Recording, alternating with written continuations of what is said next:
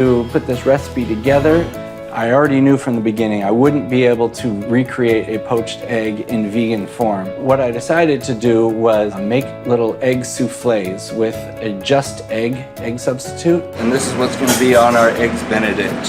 Hollandaise is a sauce made with egg yolks and butter. I ended up using silken tofu and almond milk and a vegan butter substitute. I was surprised and a little relieved that the hollandaise sauce actually turned out like a real hollandaise sauce.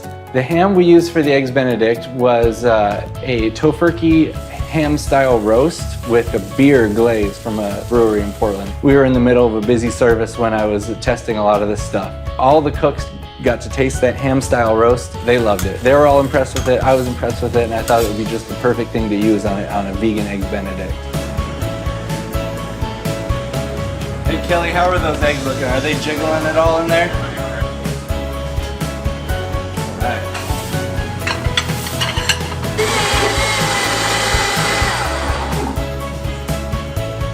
Here we go. This is it. Vegan Eggs Benedict. They said it couldn't be done.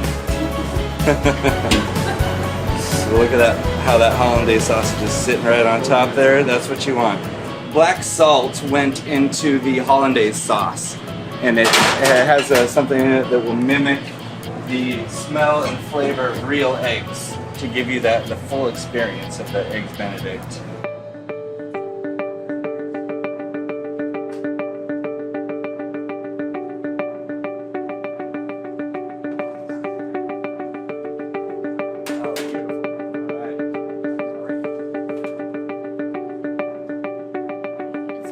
So this is our vegan Eggs Benedict. Oh, that's awesome. Gosh, that's beautiful. Wow. Enticing thing. This smells really good. It really meant a lot to me to create a vegan experience for people, and I kind of surprised myself, and I think I surprised all of the guests. And that's really what I was going for, is to bring something to people that maybe they've never had before, and to also show people that as a vegan, with a little bit of creativity, you can recreate a lot of the food items that non-vegans enjoy. Josh cooked up a delicious vegan brunch. But what did everyone else at the table think of this unique menu? I'm not a vegan. I'm not a vegan eater at all. I'm not a vegan either, and my family are definitely meat eaters. I'm a meat eater from birth. This was as good a brunch as I've ever eaten in any non-vegan restaurant. It was just interesting to see what the wonderful chef could do. But I think everything we enjoyed, my family would enjoy as well. It was delicious. I wouldn't have known I was eating a vegan meal unless somebody told me. Each course was just delicious. I just can't believe that what they have done. I enjoyed the scramble so much, and the Eggs Benedict was great. The food was superb. The chef's selections were excellent. And I don't think of it as like, oh, this is a delicious vegan meal. This was just delicious food. I was interested in learning some of the brands of these products because I think I would really like to try those. I could find ways to incorporate this into our family's meal, and my husband, who's a big meat eater, I think would appreciate a lot of the flavors. I would probably look at the vegan or plant-based side of the menu and maybe try a few in different restaurants. I feel like after the information that we learned, I think I actually could be a vegan. I really do. Well, as Seaside's mayor, I'm ready to declare Mondays Vegan Day in Seaside.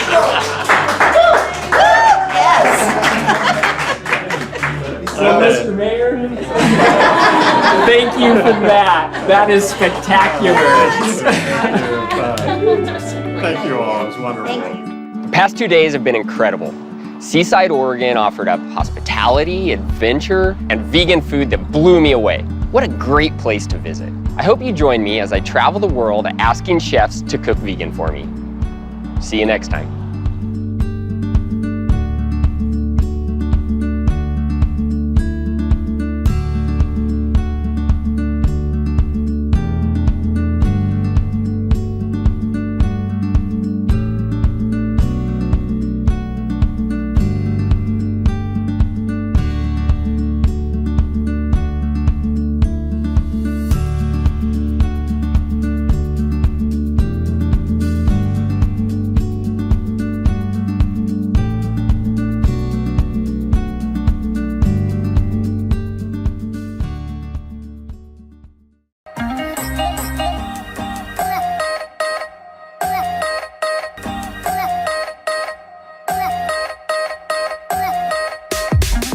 my name is Chloe Fuller. I'm the field organizer in Los Angeles for the Humane League. Today I'm going to show you around Los Angeles, which is home to some of the best plant-based restaurants in the world. Here, the activist community is booming, and I cannot wait to show you what Los Angeles has to offer. We're here at Sage today, which is one of my favorite restaurants in Los Angeles. They have 3 locations in Pasadena, Echo Park, and Culver City. They are locally sourced, organic, and all plant-based. They also work with local farmers who deliver pesticide-free and organic produce every day. This is one of my go-to spots for brunch, lunch, and dinner. So I have the bowl of sole here. It is a must. I highly recommend it. It's got roasted sweet potato, black beans, quinoa, grilled corn, sauteed kale, polenta cake, horseradish, and a gluten-free mac and cheese ball. The chilaquiles have organic corn tortilla chips, tofu egg scramble, black beans, rice, kale, and house-made salsa. They have in-house kombucha. It's phenomenal. I highly recommend it. Some of my other go-tos are the Rainbow Bowl, and Sage is actually known for their cauliflower wings. The cauliflower wings are tempura, cauliflower, and spicy buffalo. For lunch, the MISO Rainbow Bowl is an amazing choice. It's got organic brown rice topped with seaweed salad, tofu, fried eggplant, spicy pickled cabbage, cucumber, and crispy onions. So we just wrapped up here at Sage. Now I'm gonna go over to Eagle Rock to an all-vegan market called ORGANIX.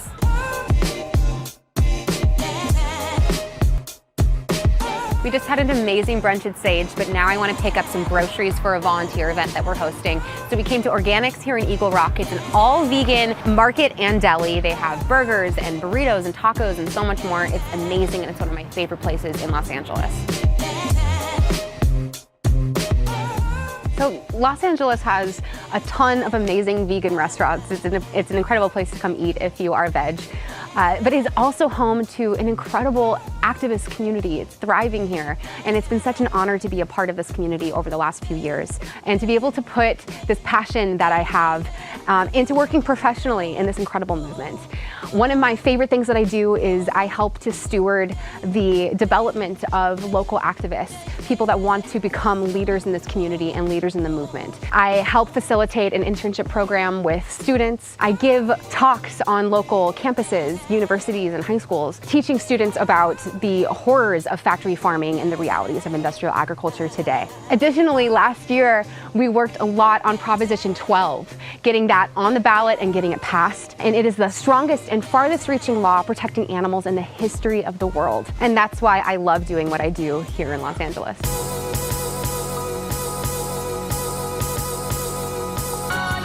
Donut Friend here in Highland Park in Los Angeles is a dream come true for anybody that's a fan of sweets like myself. They have a pretty impressive array of different kinds of donuts, so whether you like something classic or a crazy specialty donut like one of these, there's something for everybody.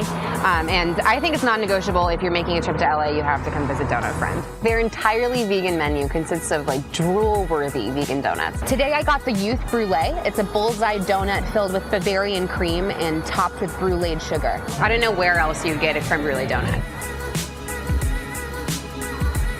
Now I'm off to go to one of my favorite brunch spots.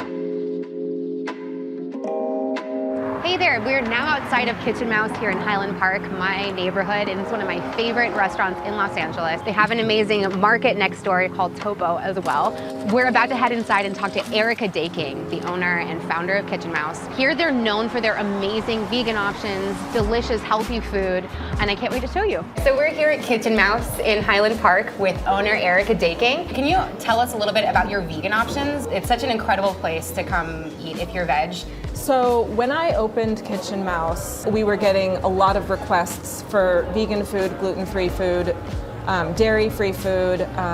So I wanted to open a restaurant where people had to ask less questions, where they could just come in and know that they could eat anything on the menu. These are the Moros cakes, and I would say that these are definitely a favorite.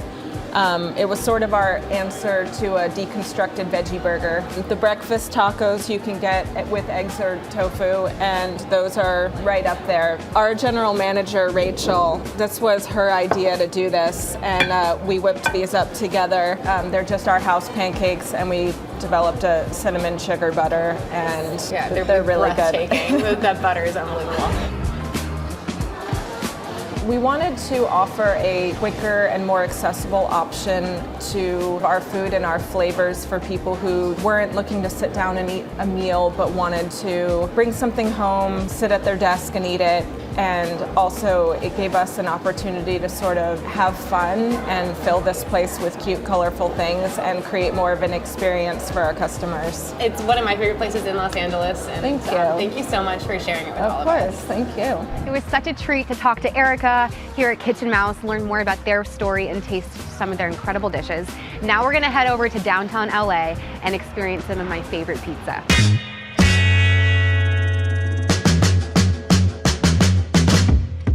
So now we're gonna check out Purgatory Pizza, another one of my favorite spots in Los Angeles. They have an incredible selection of vegan items on their menu. Anything that you see on the menu, you can also get vegan. We're also gonna talk to Alex Coons, who's a co-owner of Purgatory. He and Purgatory are huge supporters of the Humane League. They actually sponsored our vegan prom last year. All right, so let's go in.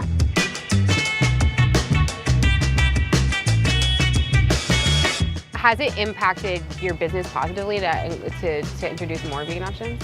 Yeah, I think so. And I mean, obviously we get a lot of people here that are vegan, but I think it's also, again, nice because a vegan person can come here with their non-vegan people and like everyone kind of wins, you know? And I feel like if you don't have vegan options on your menu, like, you're living in the past. And last question, what's your favorite thing on the menu?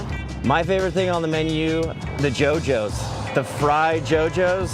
When you get them, you know, people are like, oh, they're just JoJo's, but those things take us that's like a 5-hour process. What are JoJo's? They're wedges, potato wedges, but we hand cut all the wedges, bake the fries, then we batter them, and then you fry them. Then you have to freeze them, and then you fry them again. It's a process, but that or like any of the pastas. I love vegan pasta. Well, thanks so much, Alex. Appreciate your time. Yeah, thank you.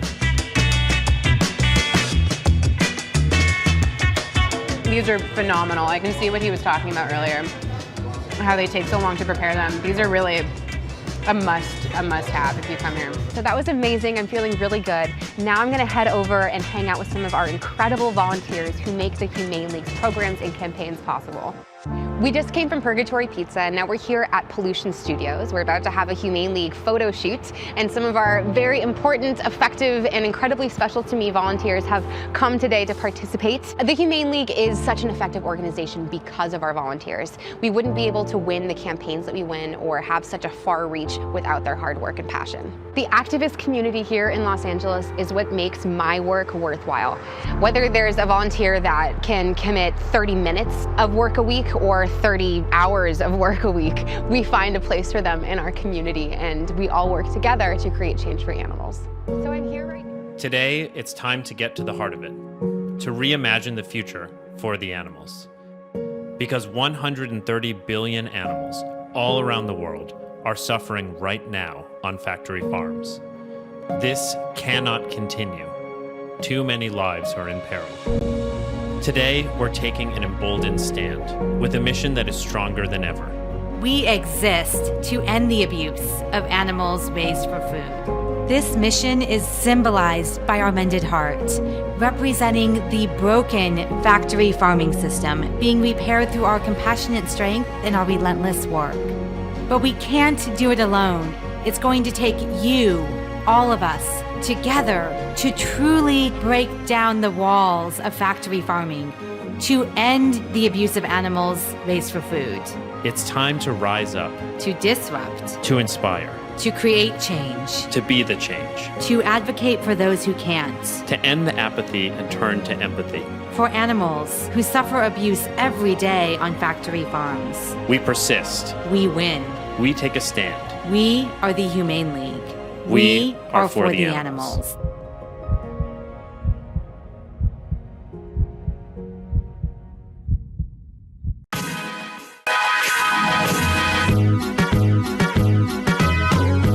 Hi, my name's Alexandria Beck. I'm the director of the Open Wing Alliance at the Humane League, and today I'm going to take you around and show you some of my favorite veg-friendly restaurants in Denver. We're here outside NOOCH Vegan Market. It's a specialty, all-vegan grocery store with food products, body care, gifts, and more. So today I'm gonna pick up some of the new Beyond Beef, some vegan salmon, and a few local vegan snacks that are my absolute favorites.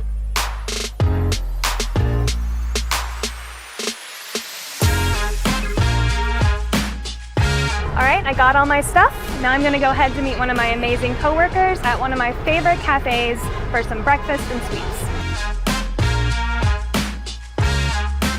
So we just got to Beatbox Bakery. I'm here with my friend and coworker, Zoe Sigel. So Beatbox opened its doors in 2013 with a mission to serve the most innovative and delicious breads, cakes, and pastries. It's all vegan and it's all amazing. So before we go inside and grab a bite to eat, Zoe, can you tell us a little bit about what you do at the Humane League? Yeah, absolutely. So at the Humane League, I work with major food corporations to help them adopt meaningful animal welfare policies for their supply chain. Everything in the shop is minimally processed. They offer tons of gluten-free options on top of everything else that they have that's all vegan and all delicious. I definitely recommend the breakfast quiche. It has a chickpea puree, cashew cream, roasted tomatoes and vegetables. I'd also recommend the vanilla raspberry donut and the gluten-free key lime pie tart. It was a little bit sour, a little bit sweet, and absolutely delicious. Migration Taco is Denver's first all-vegan food truck with tacos, burritos, nachos, and more. They have a big focus on sustainability, so all the food is made in-house with local and organic ingredients. So here we have a fried avocado taco. It's got beer battered and fried avocado, refried beans, salsa, cabbage, grated cheese, and cashew crema. This is even better than I remember. It's super crunchy, really tangy, super creamy. It's got a great barbecue flavor. I love this taco.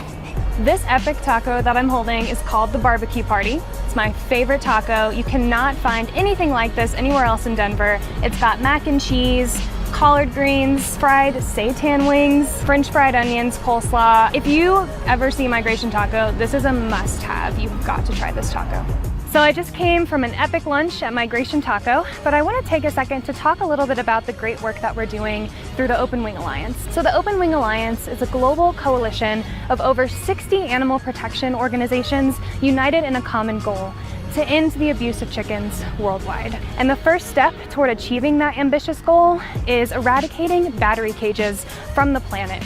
So we're working to achieve that vision, one corporate cage-free policy at a time. We're here at Metaburger, the only all-vegan burger spot in Denver. Having only opened a year ago, it's quickly climbed in popularity, offering a twist on the classic burger and fries. So let's head inside and chat with one of the owners, who also happens to be my husband, Michael Reeves.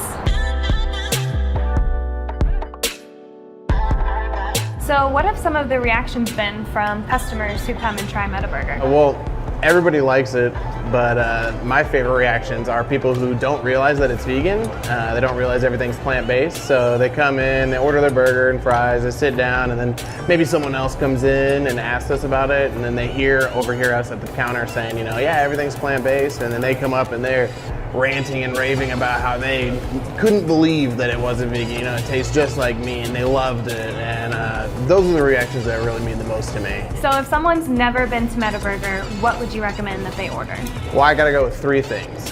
First of all, you gotta get the buffalo chicken sandwich. It's just spicy and savory, and our chicken is just the best chicken. It's made by Hungry Planet, which is an amazing company. And then also the Flatiron burger. So we actually went to a plant-based burger battle in Miami in last November, and we won first place with that burger, so you gotta try that one. And then probably my favorite is the Philly cheesesteak. It's got our homemade cheese sauce on it, you know, peppers and onions and mushrooms. It's really good. Well, thanks so much. I've definitely tried all the food here, but I never get tired of it, and I'm really excited to have some more. Well, I got a special treat for you. We are coming out with some chicken tenders, so you can see the newest and best item on the Metaburger menu, coming 2020. We just came from an absolutely delicious dinner at Metaburger. Thank you so much for following me around all my favorite places. Next time you're in town, you've got to make sure to check them out. I have to head off to work now, so until next time.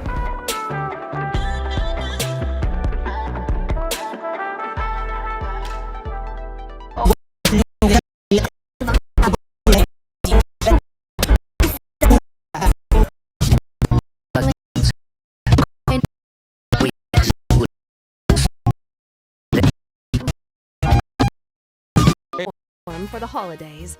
Everyone at your table will enjoy these vegan versions of traditional holiday dishes. Terry Hope Romero puts together a Thanksgiving dinner on the farm for 300 people. Then back in the kitchen, she makes her delicious Chipotle sweet potato bisque. Our special guest restaurateur, Kathy DeCoco, whips up holiday fritters. And Miyoko Shinner is making her classic unbird. I'm doing a tribute to the turkey today for Thanksgiving. I'm going to start out with some fall vegetables that I'm going to roast in the oven. I have the savory Brussels sprouts here, sweet butternut squash, earthy mushrooms, and then the aromatic quality of fennel. All 4 vegetables represent fall. They play out beautifully together. I've got one more squash I'm going to throw in here just for fun. This is a delicata squash. I love these.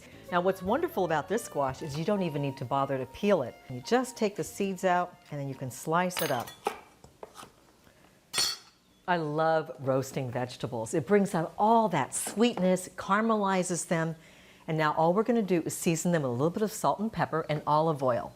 Now it's very important that you don't mix up the vegetables because they have different cooking times. It's also very important to have them in one layer so you don't have a puddle of liquid at the bottom and they caramelize evenly. Okay, now I'm going to sprinkle them with a little bit of salt and pepper.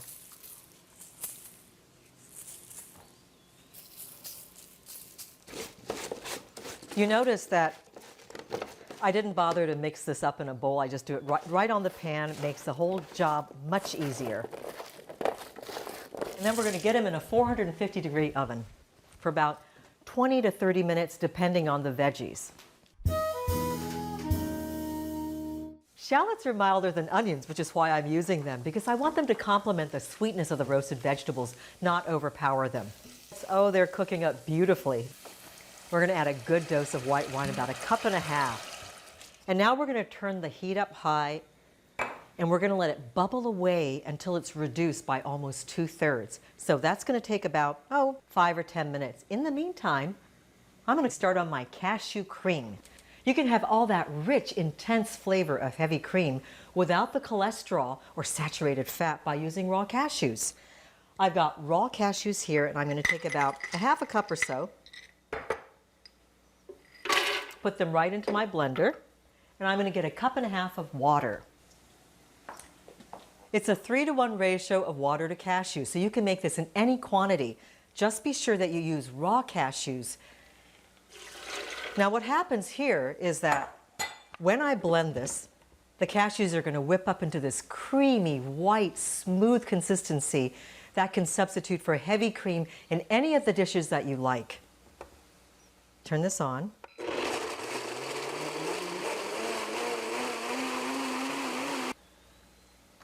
Now look at this, it's so creamy and white and smooth. Now I've got a high-speed blender, but if you don't have a high-speed blender, all you have to do is soak your raw cashews in water for about 3 to 4 hours and drain them, and that'll make them soft enough to puree in any kind of blender. All right, let me check on the shallots and white wine. Okay, I think the shallots and the wine are just perfect. Do you see how much the wine is reduced? And they're just barely clinging to the shallots. Now the most amazing thing happens when you add cashew cream to something. It thickens up all by itself. I don't have to add any flour, any cornstarch, no thickening agent. It'll thicken up to coat the back of the spoon beautifully just by itself. All right, now I'm going to add my herbs. I've got some sage and some thyme that I've chopped up. Season it with a little bit of salt and some pepper. And we're just going to simmer that for a minute just to thicken it up so it coats the back of the spoon. All right, I'm going to turn the heat off now and I'm going to check on my vegetables and see if they're ready. Beautifully roasted, look at that. They're gorgeous. All right, you've noticed that I've lined the pans with parchment paper. I like to do that because it makes cleanup a lot easier.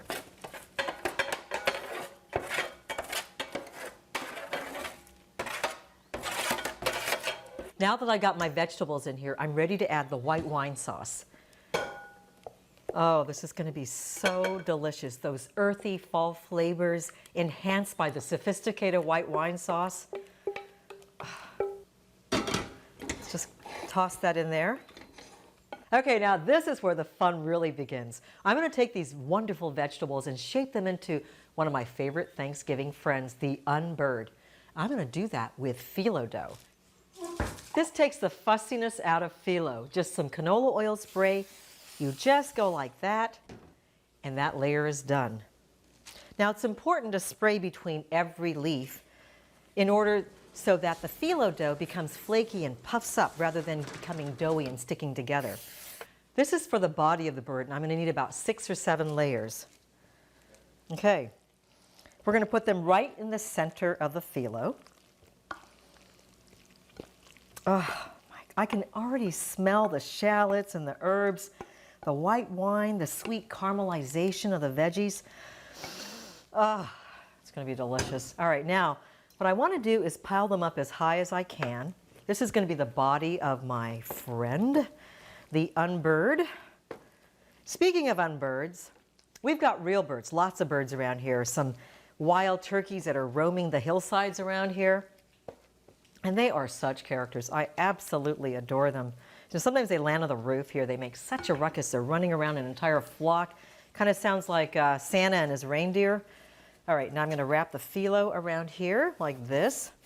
Oh, look at that.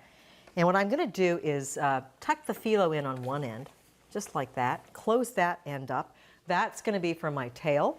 I'm just going to kind of prop it up like this to shape it a little bit more like a bird. It's easier to do if you've got the phyllo on there. Okay, there we go.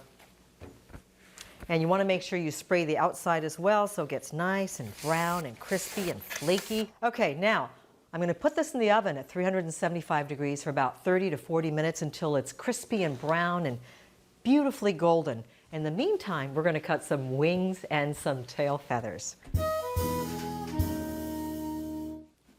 I'm going to cut out some wings with my knife.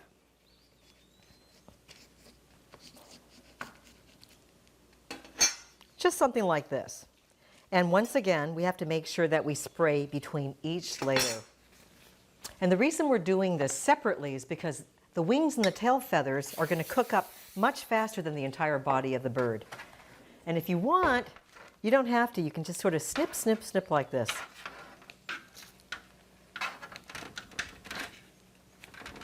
And cut a triangle. And do the same thing on the other side. And then we're going to cook the tail and the feathers separately for about 10 minutes at 350 degrees. Looks so delicious. All right, all we have to do is lean it up against this. It's just for fun. Okay, now I'm ready to attach the turkey head. Okay, I'm going to select one of my squash here. Find one that sort of looks like a turkey head and neck. Ah, here's the one. That sort of looks like the gobble gobble, right? Okay, so we'll stick this on over here. You just sort of have to, oops, see, there goes the tail. Balance it on there like that. Voila, here's my phyllo encrusted roasted veggie unbird. I think I'm gonna dig in before it decides to fly away. Up next, our special guest, restaurateur Kathy DeCoco, is making holiday fritters. So here I came up with this idea, why don't we make a stuffing fritter? And that way, when we have a stuffing fritter, you're getting all that wonderful flavor into that fritter, and it's a healthier alternative. So today we are going to make a fritter, and I'm going to be using some very simple ingredients that everyone has in their house. I have 1 1/4 cups of cornmeal. Now I'm using a whole wheat pastry flour, but you can use any kind of flour that you like, about 1 cup. Now if you want to go gluten-free, you can go gluten-free by using a gluten-free flour for this 1 cup of flour. So there we go, we have flour and cornmeal, and I'm just going to stir this around. I have 2 1/4 teaspoons of baking powder, and I have 1 teaspoon of sea salt. Now I'm going to mix all my dry ingredients together until they're all sorted around here. And at this point, I'm just going to put a little bit of black pepper because, hey, it's a fritter. I think it needs a little black pepper. There we go. Awesome. There we go. Now these fritters are going to be a little bit different than just an average fritter. I am going to add some really cool things to that. I'm going to add quinoa, this is a 3-grain quinoa, and it is the black, the brown, and the white quinoa, and it's all cooked up. It's wonderful. It takes 15 minutes to cook. It's great to have around. It's good to add to a fritter. I also have corn that I've taken off the cob. If you're lucky enough to get a corn on the cob, go for it. If not, just use frozen corn. That works fine. And then I also have some white beans here because I want to bump up the protein in here. And because this is going to be my main course, I thought I'd have all food groups right here in front of me. So here we go. Now, I'm going to add my beans right to my dry and my fresh corn. Now the reason I'm adding corn to this is because I have corn flour, and I love the nuttiness of a corn flour, so when I'm adding my fresh corn it sort of multiplies that wonderful corn flavor. There we go. So I'm stirring all of this around so that it's nice and all incorporated, and then I'm going to add about 1 cup of cooked quinoa. Now this quinoa really gives it a nice texture, and it actually makes it last longer in the refrigerator. Once you make this fritter mix up, you can keep it for a while. It stays really nice and fresh and moist. The quinoa adds a lot of moisture to it, and it really has a wonderful flavor. I love quinoa any way I can get it, so this is a great way to do it. So now I have all my dry ingredients in here. I have my corn, my beans, and my quinoa. Now we need to season this up just a tad. I'm going to add scallions. You could add chopped onions if you like. I like scallions because I like the freshness of the green. The green scallion make it really brightens it up a bit. And I'm also going to add our stuffing ingredients. I have a thyme. This is thyme. We all need a little thyme. You don't need a whole lot, just a little. A couple of pinches of thyme, I would say about 1/4 teaspoon. And I have marjoram. Marjoram is a wild oregano. It's really wonderful, and it gives that warm flavor. You know, when you get that little yellow box of poultry seasoning, it's all about this stuff. When you smell it, you'll know. So there we have dried marjoram, about 1/4 teaspoon in there. And once I'm making a fritter, I always like to add some fresh things to it to help bring it up a bit so it's not so, dry. So I have fresh basil here. And I have about 3 or 4 leaves of basil, and I also have some fresh sage because, hey, what's Thanksgiving without sage? So there we go. We got our seasonings here. Now I'm going to stir these in. Now, because this is a fritter, and I may eat it just out of hand without anything else, I want it to be just a little bit on the sweet side. So I have pure maple syrup here, and I have about 2 tablespoons of maple syrup here. And I'm just going to pour that in there just to give it a nice little warmness and sweetness. Now I'm only going to add enough rice milk to tighten up the ingredients. So simple. Here we have all of our things going on here. And now what I'm going to do is I'm going to add some rice milk. If you want to use soy milk, that works. Coconut milk, that works. Almond milk, any kind of alternative milk you want. You just need to add enough to make it hold together. That's about right. There, that's about 1 cup of rice milk. Oh yeah, that is wonderful. There we go. So we're just mixing this up. Very good. And this is the consistency that you want. You want it to sort of hold together, and you want to get all the dry bits from the bottom. Now, because I used a whole wheat flour in here, that bran in the whole wheat will take a few minutes to absorb. So I'm going to let this sit for a few minutes while I get my pan ready. So here we have our fritter mix. And this has been sitting for about 5 minutes while my oil has been getting ready. I tested this earlier with just a little piece of fritter. My oil is just about right. So what we're going to do now is we're going to put our fritters into the pan. Now this is where you can make a choice. You can have very small fritters. You can have round fritters. You can have freeform. But you know, I'm kind of a freeform kind of gal. So I'm just going to slip these right in there, just like that. It's really helpful if you have 2 spoons, one to trowel out your ingredients and one to shove it off the spoon. And that way you're not sitting there trying to shake it off the spoon. Now, you also have another choice at this point. You have a pretty good amount of fritter batter here. If you're not going to be using all your fritter batter at one shot, what you could do is shape these out into burgers. And I would refrigerate it for a few minutes and let it chill up a little bit. Then shake those out, shape them out as burgers. And then you want to go ahead and put it right into a 350 oven for about 20 minutes to a half an hour.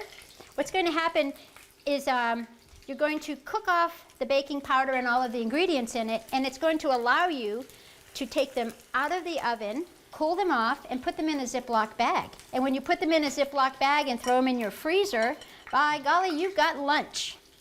So here we go. We're going to take a look at this right now. These fritters are really nice. Oh yeah. Nice and golden on the, woohoo! Golden on the bottom. Hear that popcorn popping? Yes, sir. There we are. So we're just going to let those cook a little bit till they're nice and golden brown. Now, of course, the larger they are, they're going to take a little bit longer. Now, as I was making this, I'm thinking, wow, if I really want it all in one bite, I could put some sun-dried cranberries in here.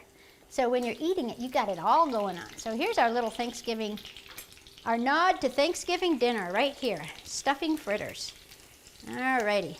One thing that I also like to do sometimes, if I'm really in a hurry and I'm cooking a lot of these, I'll partially brown them like I'm doing here to get that crispiness, and then I'll put them in a sheet pan and I'll pop them in the oven to finish them off and keep them warm, so that when your guests arrive, they're coming out of the oven, they've already been fried. So we're going to take a few of these out and see how they're looking. Yeah, that's what you want. You want a nice golden brown. Oh yeah, that's just about perfect. Now this is a great basic recipe. If you were to take this recipe and you want to tweak it into Mexican food, you could easily throw cilantro instead of the basil. You could put in some fresh chilies. You got the corn going on. You have a wonderful Mexican fritter. Serve it with salsa. Ah, easy, easy. Or you can tweak it in any type of direction you want. That's the beautiful thing about master recipes. Something like this is so simple. And there we have it, Thanksgiving fritters.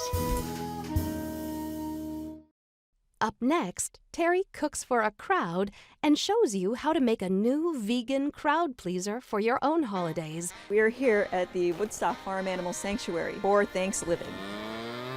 I am the chef this year, yay, but that does not mean that I did this all by myself. I have an incredible crew of people. My team has been in charge of creating the entrees for this event. So what we have going on for entrees is we have a brand new product. It's kind of like a faux chicken kind of thing, and that's been marinated in a orange cumin marinade. With that is going to be a chickpea gravy.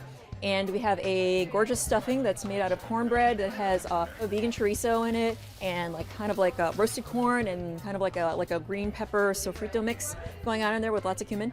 And we have a sweet potato bisque that's going to be garnished with cashew cream on top of that. And there is kale salad, because there's always kale, and that is dressed with red wine vinegar and red onions and almonds, roasted almonds and raisins, and kind of like a Latin kind of thing. And I'm thinking cranberry sauce, because it's Thanksgiving, sort of. So there is a homemade cranberry sauce with simmered in apple cider with ancho chili powder in there. I made this soup for the Woodstock Farm Animal Sanctuary Thanksgiving event, but you can make it at home for just yourself, not 300 people. And I really love this soup with sweet potatoes and a touch of white potato. I make this all the time during the cold season, during the holiday season, anytime I want like a warm, soothing fall soup that's creamy without any dairy. So let's begin. So the primary ingredient, as I mentioned before, are sweet potatoes and a little bit of white potato. I pre-cooked my potatoes just by peeling them, chopping them into maybe 1-inch chunks, and boiling them for about 15 minutes until they're soft and tender. I'm going to heat up a big pot over medium heat, and I'm going to add 2 tablespoons of olive oil. Pour that right in. And when that gets going, I'm going to throw in 3 tablespoons of chopped garlic, 1 big yellow onion that I chopped up. Like I said before with potatoes, you don't have to be fussy about how big these are chopped up. Everything's going to get pureed. So I'm going to get that going and fry the onion and garlic together until they're soft and translucent, about 2 to 3 minutes. All right, the onions look great. They're lightly caramelized and really soft, and they smell amazing. Okay, let's add the rest. So just so you know, when I was talking about the potatoes and the sweet potatoes before, it doesn't matter how big you cut them as long as they cook evenly. Because again, we're going to just puree everything, so you don't need to be perfect with this. Throw these right in. And now I'm going to pour on 4 cups of vegetable broth. And you can use from a box, If you make homemade broth, good for you. Or you can use bouillon as well. Whatever you like, just use one that you really enjoy the flavor of. Next, I'm going to be adding the spices. And my favorite one that's going into this is ground up chipotle peppers, which are jalapeno peppers that have been smoked and dried. And they're going to give this soup an amazing, smoky, warm, spicy flavor that's just so great this time of year. So I'm going to sprinkle that in. That's about 1.5 teaspoons. You can increase it if you like a spicier soup. And I'm just going to add in 1 teaspoon of oregano and 1 teaspoon of ground cumin. I'm going to give that a stir and increase the heat up to about medium-high and let this soup simmer for another 5 minutes till everything is very tender. All right. Oh, this looks great. Potatoes are tender and ready to go. I'm going to turn off the flame.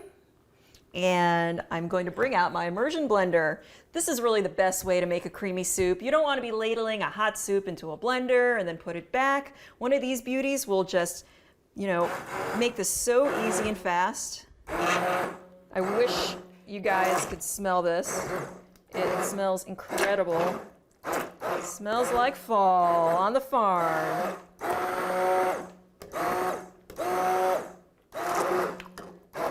I think Tony might be joining us for soup. And you want to keep going, get all those chunks smooth and creamy. Or if you like a soup with a little more texture, you can leave it little small pieces in there, but I like it. I like to get it really smooth. All right, we're not done yet. Just a couple more things. I like to add some fresh lime. It's good to give the lime a little roll to get out some extra juice from there to soften it up a little bit. 1 whole lime will just really bring out the flavors in this soup. Me strong. All right. I like to add a little bit of coconut milk too. This gives the soup a really sweet, creamy finish. Pinch of sea salt. I think our vegetable broth was salty enough. And a few twists of freshly ground black pepper. And 1 more spin with the immersion blender for good luck. Get everything blended in there. All right. I think we're done. Looking good. Hey, Tony. Do you know how to use that thing? I have a license. You do? Good. Yeah. I can give you some special instructions, but I did bring these because I knew you didn't have them. Okay. And I knew you were making soup, which you know is my favorite. It is your favorite food ever. You want to help me out? Well, what do you have left to do? Just the cilantro, right? I guess so. Well, I like to garnish it with cilantro. Okay. If you're making this soup for a bunch of people and you're like, you know what, I don't care about garnishing it for them especially. Yes. You can just throw it all in there, but because this is a special moment for us. We don't care about garnishing it. No, we really don't. But we're sharing soup together. This is a special friend soup moment. So perfect. It let's smells just really, really, really. Yeah. Take it in, guys. So good. And you know what? Soup. Yeah, soup, especially since it's freezing outside. Thank you, lady. So I'm just going to grab some of this. I'm going to let you do it. You know why? Because I'm your guest. Right. So you're going to garnish it for me. I'm an expert. I'm a trained expert in cilantro. So garnishing. Garnishing. Look at this. Look at this. Right. Don't miss out. Garnished. 1, 2, 3. It's hot. This is fabulous. Ooh, spicy. It's got a kick. All right. We're just going to eat some soup. But you should really make this at home too. This is fantastic.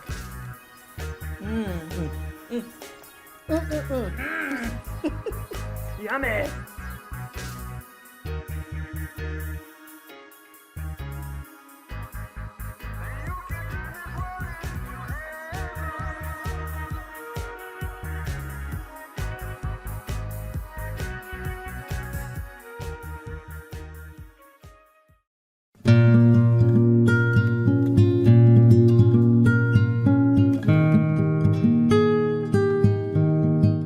Hi, I'm Dr. Nike. I'm a board-certified physician in pulmonary medicine, critical care medicine, and lifestyle medicine. One of the things that I routinely do in clinic and in the hospital is counsel my patients on how to reverse chronic disease through the use of a plant-based diet. Today I'm going to discuss some of the questions that I routinely get from patients when I'm counseling them to reverse disease through plant-based diets. However, it is important to note that this video is meant for informational purposes only. That is, you should not construe this as medical advice from me to you. In fact, while we encourage people to explore plant-based diets for health, it is crucial that you consult with your own physician before embarking on any lifestyle changes. One of the most common questions that I get is, how do I get protein on a plant-based diet? And how do I get calcium on a plant-based diet? The great thing about a plant-based diet is that all plants have both protein and calcium. Great sources of protein are things like beans and legumes, but again, all plants have protein. Would it surprise you to know that calorie for calorie, broccoli has more protein than a steak? As far as calcium, leafy green vegetables are a great source of calcium. So is tofu. You can also eat things like sesame seeds and a variety of nuts. Sometimes people ask, but everything should be done in moderation, right? What about a little bit of steak? Or maybe some deer meat or fish once in a while? The scientific literature very clearly shows us that any amount of animal product ingestion leads to inflammation and changes in our gut microbiome.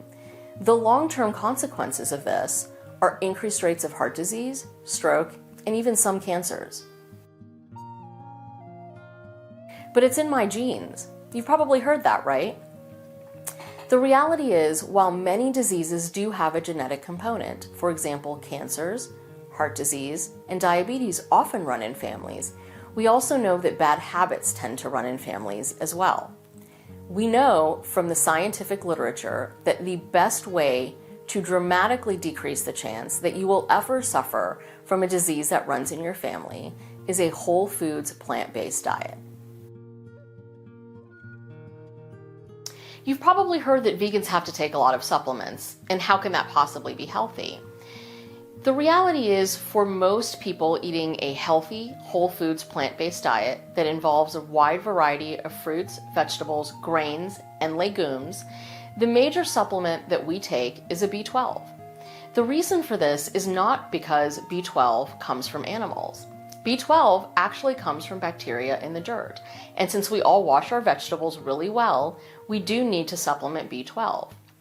People who eat animal products sometimes still need to take B12. In fact, 40% of Americans are B12 deficient, and we know that unfortunately 40% of Americans are not eating a whole foods plant-based diet. The reason they need to take supplements is because they're not absorbing it well, and animal products are supplemented with B12, and they may not be supplemented well. When it comes to supplementation, what I tell patients is, it's honestly easier to take one supplement once a day than worry about suffering from high blood pressure, diabetes, heart disease, stroke, cancer, and all the medications that you have to take when you do have those diseases. But how do I go out to eat on a plant-based diet? The great thing is, it's actually quite easy to go to any restaurant and make a beautiful, nutritious meal from things already on the menu. Sometimes people will talk to the chef directly, and the chef can make something. There's a great app called Happy Cow, and you can find food through Happy Cow anywhere in the world. Why don't doctors talk about plant-based diets more? That's not an easy question to answer. There are a few factors that go into it. First, it is true that doctors do not get much nutrition education in medical school or in their training. But we also get very limited time with our patients, and we're often discussing anywhere from 4 to 8 acute issues based on scientific studies. Finally, it's often very challenging to get patients to make dietary changes because it is easier to take a pill. A common myth is that soy is bad for us. There are 4 major points to address. First, 60 to 90% of soy grown worldwide is fed to animals. So if you're eating animal products, you're ingesting far more soy than the average vegan or plant-based eater. Second, did you know that the #1 source of estrogen in the American diet comes from dairy products? Third, we know from multiple studies that the phytoestrogens in soy are actually quite protective against many cancers. Finally, you can eat a very healthy whole foods plant-based diet without any soy at all. I hope that I have helped to dispel some of the common myths and concerns associated with a plant-based diet. I want to remind viewers, this video is not intended as medical advice. If you are considering transitioning to a plant-based diet, and I hope you are, please consult with your primary care physician. Because love is really the connector. And I think when the vegan movement matures to the point when vegan activists are actually working on themselves and not trying to change the world, but trying to change who they really can change, which is themselves, authentically, to embody what veganism is, we will have a movement that's absolutely unstoppable. Our lives are at stake. Our children's lives are at stake. Future generations are at stake. Animals' lives are at stake now. Don't let your fear of not having done it before keep you from doing it. Don't admit that these people in office are smarter than us, that have more compassionate intelligence than us, because they don't. We have that compassionate intelligence, and it's up to us to get them out of office and replace them with us. I think veganism is the beginning of an otherwise absent initiation in which a child learns his or her place in part of a local and global village. And they learn this responsibility to the tribe and to the land and to the energy and to other countries. Just being weak in media literacy limits our activism and limits our opportunities for engaging people educationally in the public, because we don't even really engage with the content that we share with one another and like with our peers who are not vegan or who don't understand animal rights. And if we're not doing that, if we're not looking for the right types of content or understanding the audiences that we want to share information with, then we're doing a disservice to ourselves, to the movement, and to the people that we want to reach out to. So when somebody is angry and anxious and antagonistic, you can actually probably feel yourself going there. And you start sort of talking faster or trying to remain composed, but you feel angry on the inside. You are literally what we call in training to where they are going. And then we're both in a fighting match. What we want to do is to get people to be trained to a place of calmness. So it doesn't just make us feel calm, but it's a technique for bringing people down to a state of greater ease. As we have more vegan businesses, we have more vegans that can work for vegan businesses. We can now start to kind of increase the wealth opportunity in our community, as well as give people the opportunity to work in companies that align with what they're passionate for. So we're trying to assist the animals here, but if we don't take proper self-care of ourselves, we will inevitably lead to burnout. And we've seen it time and again. And we've made it a point that we don't want to do that because we recognize that animal liberation is a marathon, not a sprint. So we all need to be in this for the long haul. Like the animals would never criticize you for trying to help them, and their voice is the only one that matters. Not the other vegans that are not these media, these people who are still consuming animals and giving you hell all the time. None of their voices matter. The animals are what matters. And what would they think of your efforts? Would they be happy? Would they be saying, "Oh, thanks, you're trying your best. I appreciate that. Maybe you could do a little bit differently next time. That approach didn't work so well, but thank you so much." And we're all trying our best. We're all trying our best. There's no handbook on how to be vegan activist. I mean, everyone's got different styles and approaches and what works for them.